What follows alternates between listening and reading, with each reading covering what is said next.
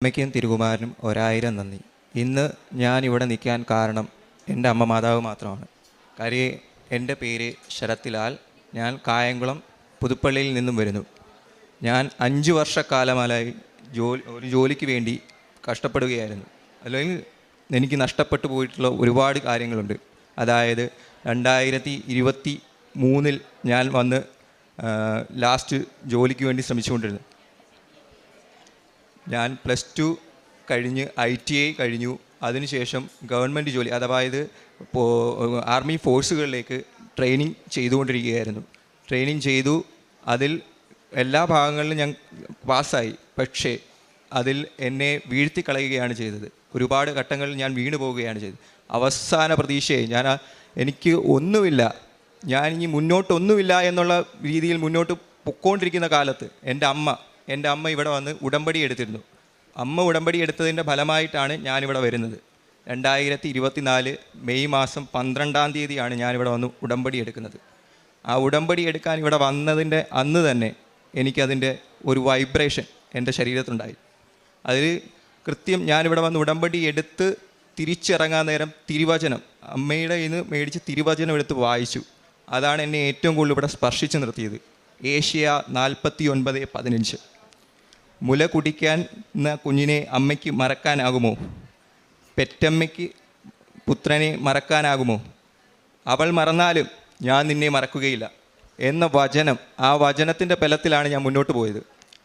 അങ്ങനെ എൻ്റെ 2024 physical test എക്സാമിനേഷനിൽ പോയി. ഫിസിക്കൽ ടെസ്റ്റിന് വേണ്ടി ഞാൻ പ്രിപ്പയർ ചെയ്തു. അതിൻ്റെ ഇടയ്ക്ക് ഒരുപാട് തടസ്സങ്ങളുണ്ടായി, ഒരുപാട് സഹനങ്ങളുണ്ടായി. അമ്മ എന്നെ പിടിച്ചു നിർത്തി എല്ലായിടത്തും.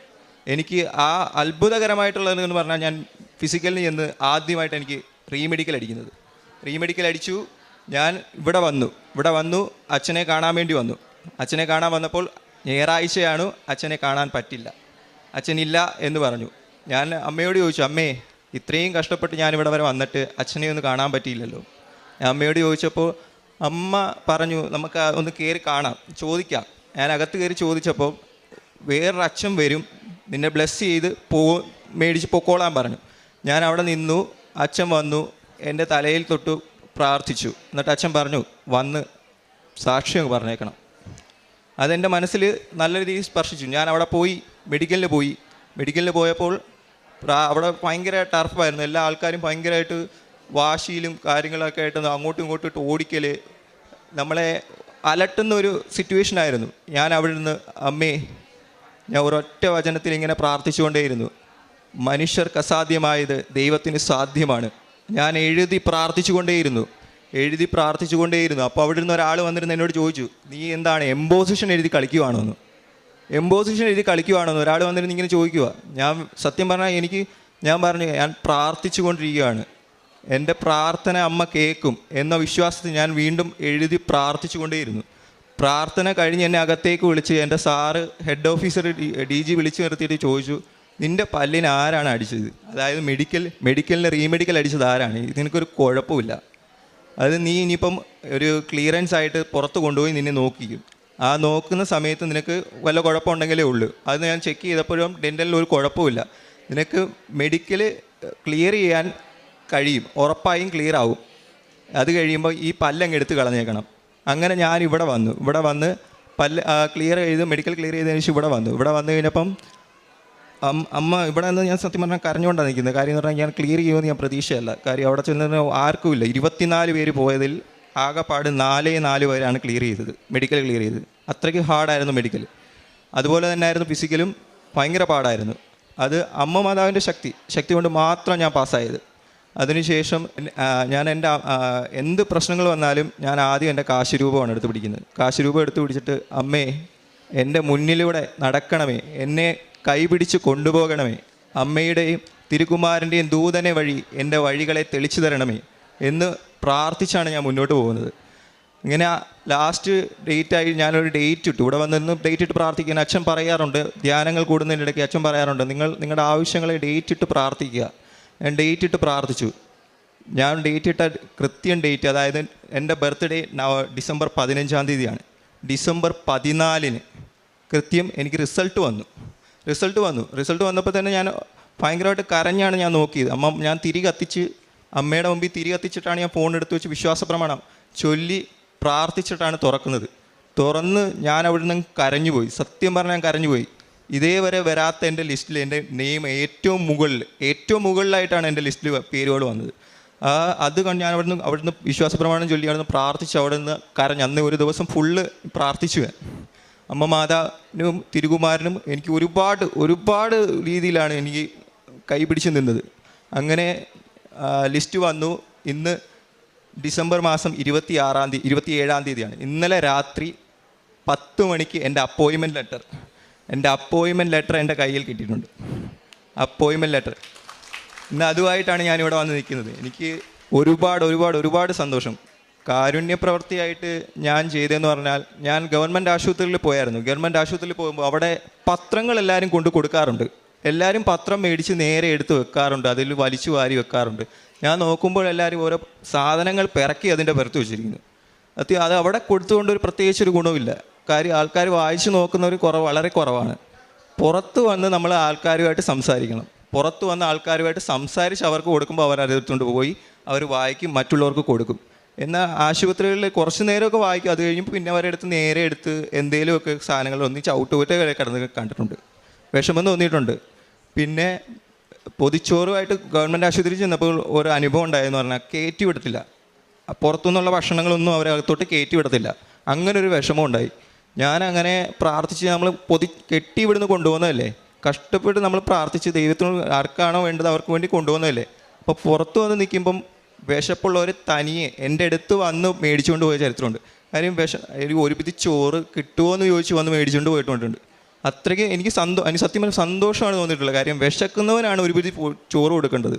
അല്ലാതെ നമ്മൾ വീട്ടിൽ ആശുപത്രിയിൽ ഇരിക്കുന്ന ആൾക്കാർക്ക് ചോറ് കൊണ്ടുപോയി കൊടുത്ത് അവർ വീട്ടിൽ നിന്നും ചോറ് കൊണ്ടുവരും, നമ്മൾ കൊണ്ട് കൊടുക്കുമെന്നില്ല. പ്രത്യേകിച്ചൊരു കാര്യമില്ല അതിന്. അങ്ങനെ അമ്മയ്ക്കും തിരുകുമാരനും 1000 നന്ദി. എൻ്റെ അമ്മയാണ്. എൻ്റെ അമ്മയ്ക്ക് ഒരുപാട് അസുഖങ്ങളുള്ള വ്യക്തിയാണ്. അതായത് ശ്വാസകോശത്തിൽ ചുരുക്കം, യൂട്രസിൽ മുഴ, കാലിന് മുട്ടിന് തേയ്മാനമുള്ള വ്യക്തിയാണ്. ഇങ്ങനെ നിൽക്കുന്നത് തന്നെ അമ്മയുടെ ഒരു കൃപ കൊണ്ട് മാത്രമാണ്. ഞാൻ ഇവിടെ വന്ന് ഉടമ്പടി എടുത്തത് 2023 ആഗസ്റ്റ് മാസം 22-ാം തീയതിയാണ്. ഇവിടെ വന്ന് ഉടമ്പടി എടുത്ത് വീട്ടിൽ ചെന്നതിന് ശേഷം തൊട്ടാണ് എൻ്റെ ജീവിതത്തിനൊരു മാറ്റം ഉണ്ടായത്. എൻ്റെ രൂപം തന്നെ ഒരു വല്ലാത്ത ചെറുപ്പത്തിൽ കണ്ടതുപോലല്ല, കറുത്തു വാരി രോഗമായിട്ടാണ് ഞാൻ അമ്മയുടെ വാതിലിലോട്ട് വന്നത്. ഇവിടെ വന്ന് കണ്ടപ്പോൾ ഒരു സ്വർഗത്ത് വന്നതുപോലെ തന്നെ എനിക്ക് തോന്നി. അവിടുന്ന് തിരിച്ച് വീട്ടിൽ ചെന്ന് അന്ന് മുതൽ പ്രാർത്ഥനയും, ഇന്ന് വരെ പ്രാർത്ഥന മുടക്കിയിട്ടില്ല. എൻ്റെ മകൻ ഞാൻ പറയുന്നത് പോലെ തന്നെ എൻ്റെ മകൻ എൻ്റെ കൂടെ നിന്ന് പ്രാർത്ഥിക്കും. രാവിലെ ഫിസിക്കലിന് പോകുന്നതിന് മുമ്പ് 5:30 എന്ന് അടിക്കുന്ന ഒരു സമയമുണ്ടോ, അവൻ എഴുന്നേറ്റ് എൻ്റെ കൂടെ നിന്ന് പ്രാർത്ഥിക്കും. പ്രാർത്ഥിച്ചതിന് ശേഷം അമ്മ ബാക്കി പ്രാർത്ഥിക്കും, ഞാൻ പിന്നെ വന്ന് പ്രാർത്ഥിച്ചോളാം എന്നും പറഞ്ഞാണ് പോകുന്നത്. ഞാൻ ജപമാല ജപിക്കും, ബൈബിൾ വായിക്കും. ഇതെല്ലാം കഴിഞ്ഞ് വരുമ്പോൾ തന്നെ 7:30 മണിയാവും. അത്രയും സമയം കഴിഞ്ഞതിന് ശേഷമേ എൻ്റെ ഭർത്താവിന് ഞാൻ ചായ പോലും ഇട്ട് കൊടുക്കത്തുള്ളൂ. വൈകുന്നേരത്തും അതുപോലെ തന്നെ 6:30 മണിയാവുമ്പോൾ എനിക്ക് പ്രാർത്ഥനയാണ് വലുത്. ഞാനൊരു ഹിന്ദുവാണ്. അമ്മ മാതാവിൻ്റെ അനുഗ്രഹം എൻ്റെ മരിച്ച് ഞാൻ മണ്ണിലോട് അണിയുന്നവരെയും ഈശോയും അമ്മ മാതാവിനെയും ഞാൻ മറക്കില്ല. എൻ്റെ മോന് BSFിൽ ജോലി കിട്ടിയെന്ന് എൻ്റെ മോന് ലിസ്റ്റിൽ പേര് വന്നപ്പോൾ അവൻ്റെ കരച്ചിൽ കണ്ട് എൻ്റെ പപ്പ ഇറങ്ങി ഓടി വന്ന്, അമ്മേ എൻ്റെ മോൻ എന്ത് പറ്റി? പപ്പ എനിക്ക് ജോലി തന്നത് അമ്മ മാതാവാണ്. അങ്ങനെ പറഞ്ഞ് എനിക്കൊന്നും പറയാനില്ല. എൻ്റെ മോന് ഈ ജോലി കിട്ടിയത് അമ്മ മാതാവ് ഈശോപ്പായും. എനിക്കിനി ഒരിക്കലും അമ്മ മാതാവിനെ മറക്കാനോ, ഞാൻ മരിച്ച് മണ്ണടിയുന്നവരെയും അമ്മ മാതാവാണ് എൻ്റെ ഏറ്റവും വലുത്. ഇനിയെന്ന് പറഞ്ഞാൽ ഞാൻ ഇവിടുന്ന് പത്രം മേടിച്ചുകൊണ്ട് പോയി എല്ലാ സ്ഥലത്തും പത്രം കൊണ്ട് കൊടുക്കും. TB ഹോസ്പിറ്റലിൽ കൊണ്ട് കൊടുത്തപ്പോൾ അവർ ആർത്തിയോട് എല്ലാവരും മേടിച്ചു. എനിക്കിവിടെ വരണം മോളെ, വഴി പറഞ്ഞതാ, എല്ലാവരും വഴി ചോദിച്ചു, ഞാൻ വഴി പറഞ്ഞു കൊടുത്തു. ഇവിടെ വരണം, സ്വർഗമാണ് ഇവിടെ വന്ന് ഈശോയെ അമ്മ മാതാവിനെയും കണ്ട് സന്തോഷിച്ച് പോകണമെന്ന് എല്ലാവരോടും ഞാൻ പറഞ്ഞ് ഇവിടെ വന്ന് ഉടമ്പടി എടുത്താൽ അതിനുള്ള ഫലം ഞങ്ങൾക്ക് കിട്ടിയെന്നും ഞാൻ എല്ലാവരോടും വിളിച്ചു പറഞ്ഞിട്ടാണ് ഞാൻ ഇവിടെ വന്നിരിക്കുന്നത്.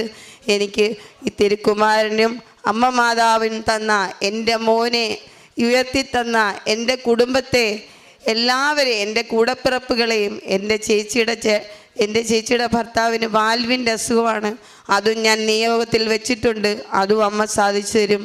എൻ്റെ രോഗങ്ങളെല്ലാം ഞാൻ അമ്മയുടെ മുമ്പിൽ സമർപ്പിച്ച് ഞാനിപ്പോൾ പ്രാർത്ഥിക്കുന്നു. ഈ ഒരു ഇത്രയും ആൾക്കാരുടെ മുന്നിൽ എനിക്കിത് പറയാൻ ധൈര്യം തന്ന അമ്മ മാതാവിനോടും തിരുക്കുമാരനും ആയിരം